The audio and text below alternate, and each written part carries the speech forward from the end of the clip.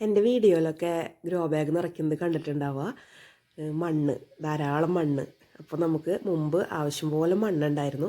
അപ്പോൾ ഇവിടെ വന്നപ്പോൾ മണ്ണ് തീരില്ല കേട്ടോ. അപ്പോൾ ഇപ്രാവശ്യം നമ്മൾ ചെയ്യുന്നത്, ഇപ്രാവശ്യം തന്നെയല്ല, നമ്മൾ ഇവിടെ മാർച്ച് മാസം മുതൽ വേനൽ കൃഷി ചെയ്തതും അങ്ങനെ തന്നെയായിരുന്നു കേട്ടോ.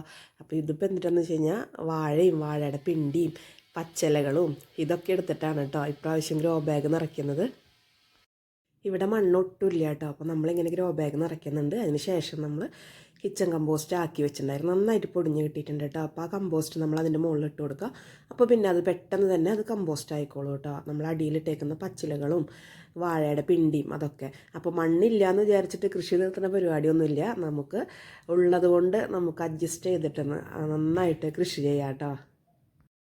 സാധാരണ മഴയൊക്കെ മാറിക്കഴിഞ്ഞ് കഴിഞ്ഞാൽ കരിയിലകൾ നന്നായി ശേഖരിച്ച് കരിയിലിട്ട് ഗ്രോ ബാഗ് കനം കുറച്ച് അങ്ങനെയും കൃഷി ചെയ്യാറ് കേട്ടോ. അപ്പോൾ അധികം വെയിറ്റ് വരുന്നില്ലല്ലോ. പക്ഷേ ഇപ്രാവശ്യം ടോട്ടലി ഇങ്ങനെ തന്നെയാണ് ചെയ്യുന്നത്.